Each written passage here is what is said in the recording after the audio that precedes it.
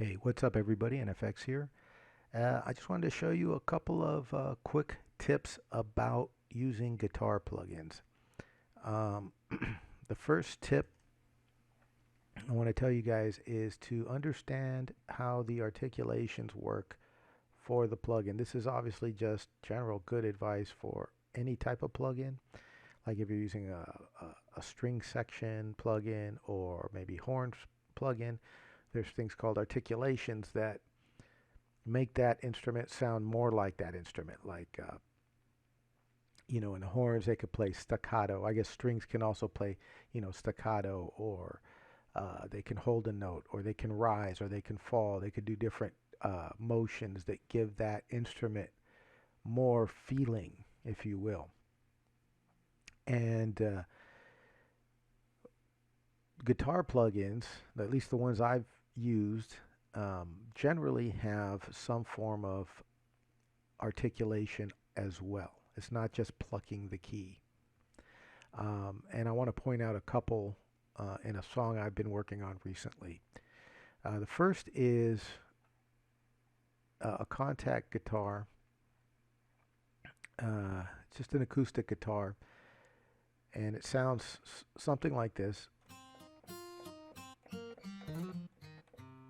Okay, so it's an acoustic, but what I want you to understand is that within the acoustic guitar, it doesn't play all the notes on a standard octave, 8 octave keyboard or however many octaves it is. It starts at a low E and it goes to some higher note. I'm not sure what the highest note is.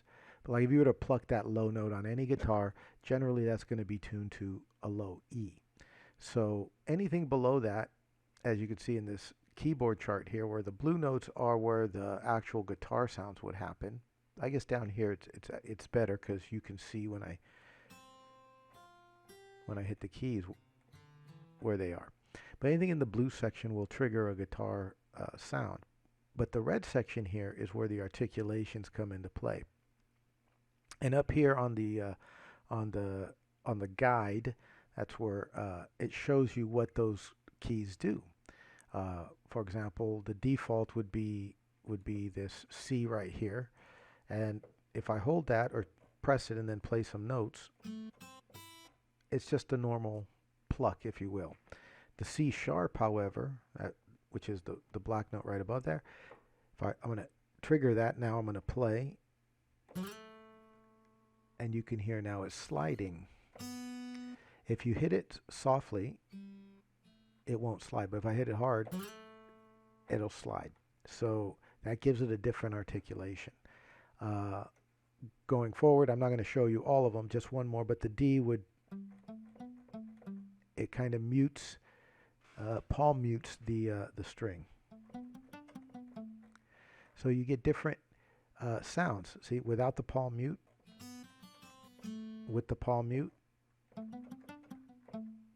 So you can mix these sounds together and make the performance sound a little more realistic. And in the case of this one, let me just go to the plugin. Let's see. So here you can see all this section up here is the notes, the actual notes that I played.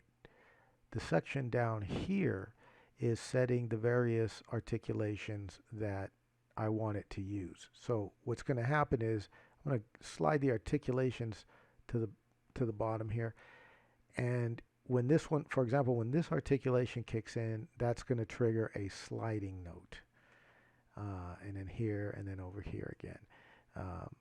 That's basically what this is doing. I'm going to hit play so you can hear and watch where the sliding note comes in. Whoops, pattern mode. Here we go.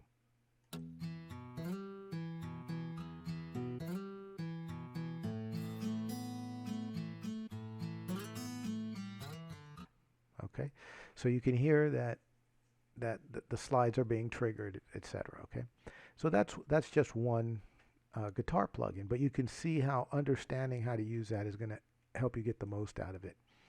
On a similar note is another plugin that I use quite a bit for guitar. Strum GS2. This is actually my favorite one to use, but anyway, this one has a whole bunch of other options that would take a whole other video to get into. But one of the things I like about this particular one is that if you hold down a note and then you hit a note next to it, you'll hear it'll kind of it's not really a slide. I think it's called a hammer on. I'm not sure if that's the correct technical term, but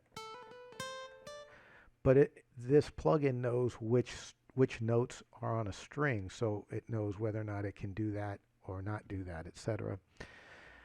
So I use that a little bit in this other guitar part, which essentially is the same notes. It's just the articulations are a little bit different. So I'm going to play this one so you can hear what it sounds like.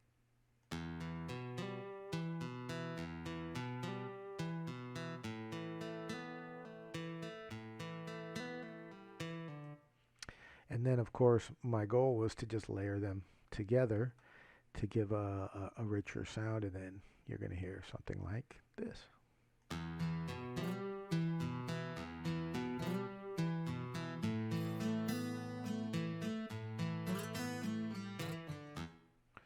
Okay, so that's part of the tips there. The next thing is if you're doing lead guitar, you should set your pitch bend to two. To two. I think two is two semitones, if I remember correctly. But let me show you where I do that. Here's the lead guitar plugin. Again, it's a Strum plugin. It's got some effect on it to give it a little more twangy feel.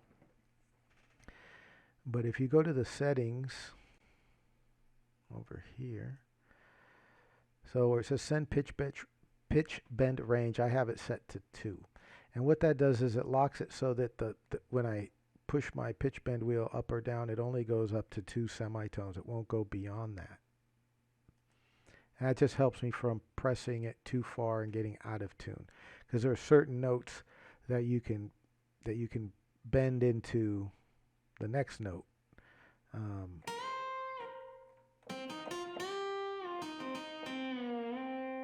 Like crazy little things like that, right? So they kind of bend the string a bit. That's what it's simulating. But I lock it at 2 because it's a good way of not going too far on the bend. Although, obviously, if you're a great player or whatever, you can do whatever you want with it and get the result that you need. But that's just a tip that I would recommend if you're trying to get some real guitar sound. Now, the thing about guitar too is a lot of times they bend into the note that they want to play, as opposed to playing the note. So like if your root note was, let's say, C, I'll play it lower, and I wanted to get to that note rather than just going maybe something like to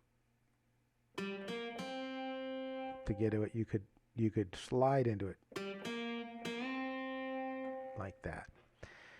So little things like that. But see, that 2 will lock me into only hitting up to the C. When I bend that that A sharp, B flat up into the C, I'm stopped at the C because I'd set it to 2. If I'd set it to 3, 4, whatever, it would go higher into the following notes.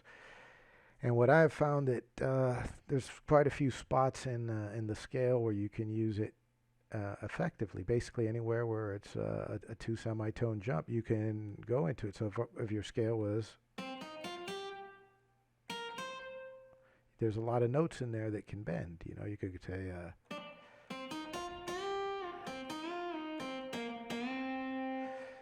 all those were basically just bend 2 semitones into the right spot. So that would be the other thing that I would recommend. There's probably some other things that I'm not thinking of at the moment, but start with those, and hopefully your playing will improve. Oh yeah, a couple other things maybe is your effects, your guitar effects. Try to be if you have a good guitar plug-in to start with, you don't need a lot of effects unless you're going for something very specific like a heavy metal sound, or like in this case I had to affect my my guitar to give it a little more twangy feeling to it for the lead guitar. So anyways, that's the those are the tips in a nutshell. And if you want to send me any kind of feedback on this, that'd be great. If you want to see a video that no one else is making and you think I might be able to make one to help you learn something, let me know. I'm bored. I'm looking for stuff to do. And I hope you guys have fun making music. You can always go to my soundcloud.com/warbeats and listen to my latest stuff there. You can go to warbeats.com if you want to look at the file area there. Some old files, probably not a lot of interest in them these days, but they're there. Old projects, remakes, things like that. I do have a subreddit, Warbeats, but quite honestly, no one ever goes there. So if you show up, I'd probably be surprised. Heck, I might not even go there some days, most days, whatever. But there I go, the rambling old man again, the old man with no plan. So I'm going to play the full song just so I can have it in the video, and I'll bid you guys farewell. And then at the end of the song, I'm just going to stop the video. So you guys have a good one.